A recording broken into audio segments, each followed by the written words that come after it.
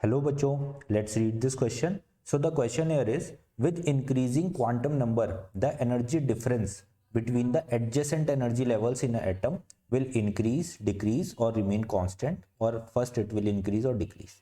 तो बेसिकली क्या बोल रहा है कि आप अगर प्रिंसिपल क्वांटम नंबर चेंज कर रहे हो, ये समझ लो आपकी ये पहली शेल है, फिर सेकंड शेल हुई, ऐसे आपकी तीसरी शेल आई, तो अगर आप ये प्रिंसिपल क्वांटम नंबर बढ़ाते जा रहे हो, ये 1 2 3 इस तरीके से आप ऊपर जाते जा रहे हो, तो आपकी जो एनर्जी डिफरेंस है एडजेसेंट शेल्स के बीच में, जैसे 1 और 2 के बीच में जो एनर्जी डिफरेंस था, उसके बाद आपका 2 और 3 के बीच में कुछ एनर्जी डिफरेंस होगा, ऐसे 3 और 4 के बीच में कुछ एनर्जी डिफरेंस होगा।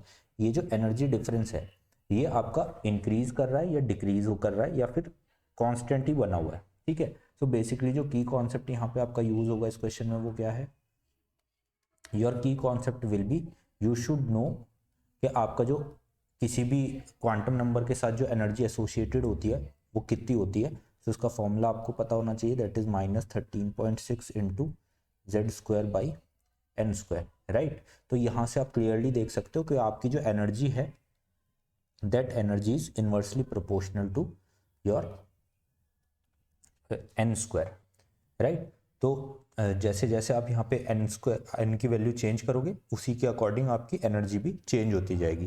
तो आप अगर डेल्टा ई यहाँ से फाइंड आउट करोगे, अगर यहाँ से आप डेल्टा ई फाइंड आउट करोगे, जो आपको एनर्जी डिफरेंस निकालना है दो शेल के एडजेसेंट शेल के बीच में, तो वो कितना आएगा, that will be 1/n1 square minus 1/n2 square, right. और यहाँ पे n1 और n2 कैसे होने चाहिए, एडजेसेंट होने चाहिए, यानी कि अगर आप n1 को 1 लेते हो तो n2 आपका होना चाहिए 2, राइट। तो आप अगर रख के भी देखो यहाँ पे तो ये कितना हो जाएगा, 1 माइनस 1/2 का होल स्क्वायर, तो 4 हो जाएगा।